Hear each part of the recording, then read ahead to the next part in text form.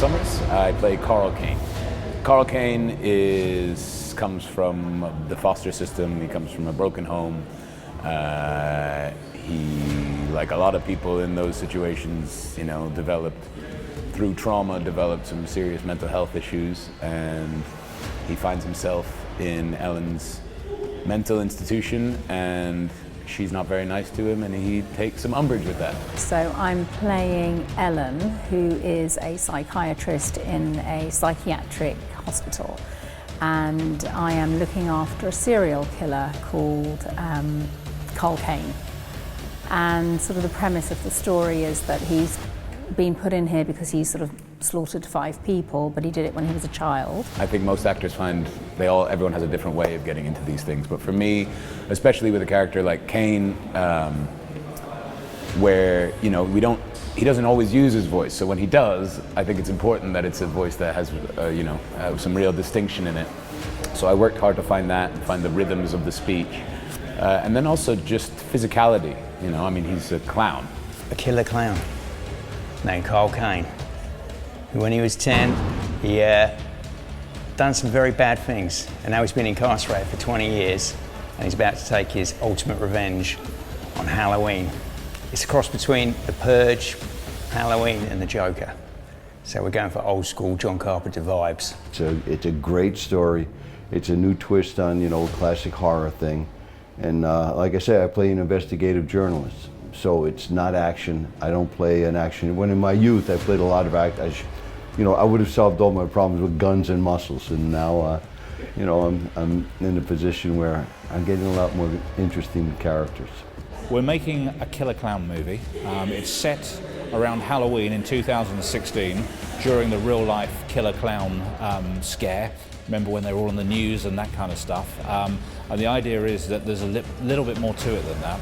And all those events are being manipulated by a psychopath in a psychiatric hospital called Carl Kane, who was a killer as a child and has become increasingly institutionalized over the last 20 years.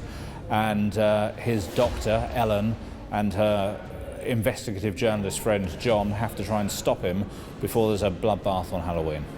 This is my first time working with Shogun, and I'm having a blast. Everyone's great, really professional crews, everyone's working really well, everyone's working really fast, and everyone's friendly, which on a film like this, when things are heavy in the script, it's nice to be able to keep things light on set. So we've been really lucky to have been able to do that.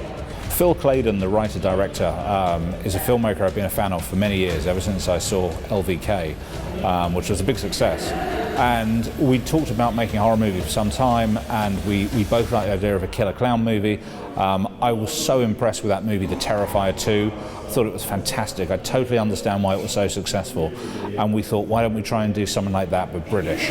Jeanine is great. A consummate professional, early, stays late, knows all her dialogue, is very easy, takes direction really well.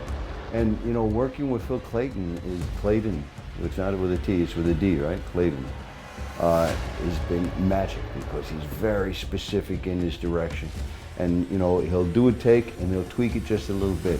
He doesn't ask you to change complete direction, but he just, he tries to bring up what he likes and go away from what's not working. There's a lot of 1970s and 80s influences on this movie. Halloween, all those John Carpenter movies, it's beautifully lit in that style.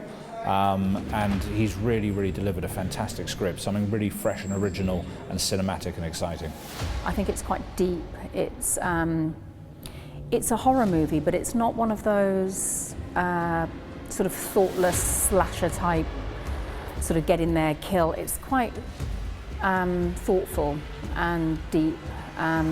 There's a lot of thinking, so it's a bit more thrillery as well, which is really nice because it gives it the depth. It's got really good character development, and all the characters in it have got really good parts. The daughters, the orderly, the journalist who's played by Michael Paré. So and Kane's brilliant in it, and I've wanted to work with him since he played the Krays. He played the Kray twins, and we saw that movie and we're just like, he was brilliant. So as the killer, he really, really takes the role and he just puts it up another level. I'd not worked with Phil Claydon before, but I would do it again in a heartbeat. I mean, I think I should probably sign him up to a 3-picture deal immediately. He is by far the most prepared director I've ever worked with. His work is meticulous, his attention to detail is phenomenal. He's a real filmmaking machine. There's not many of them in this country. Horror is the basis for like all great female protagonists. Are they strong? They're just great characters, aren't they? Ellen Ripley, Laurie Strode, Nancy Thompson from Nightmare on Elm Street. It's just like great characters, and kind of like they embody, and we can experience fear through them, and we can experience them overcoming fear and defeating it.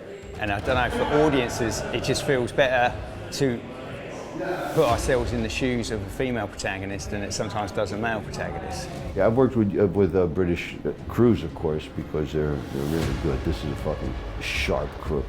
It's interesting how, well, maybe just because they're young, but they're very excited about every shot, you know, and you can see all the people involved in it are thinking about the shot. It's not like they're wondering about the horse races or what they're having for dinner. They're watching, focusing on the shot. And that's, it just makes it more fun to know that everybody thinks this is important. I saw a movie called Code of Silence, directed by a friend of mine, Ben Mole, and Ronan played both of the Cray twins in it with a split screen. And for my money, he did it better than anyone else. He was absolutely mesmerizing performance. And as soon as I saw that movie, I thought I have to get him in one of mine now. And here he is, and he's scaring the shit out of everyone today, which is all you can ask for in a horror movie. No, it's just you're sitting down doing a killer clown movie. Check out the movie. It's perfect for Halloween. We're gonna scare the shit out of you. It's a good time. You can forget about your troubles and just come have the absolute pants scared off you next Halloween. That's the idea. This feels like the kind of movie that we could have a sequel to. You know, I'd love to make a British horror franchise. It's not something we really do, but I think Claydon is an ace filmmaker. It's the best small cast I've ever worked with, without a doubt. Everyone's at the top of their game. So watch this space for number 2. You know, I'm having a good time here.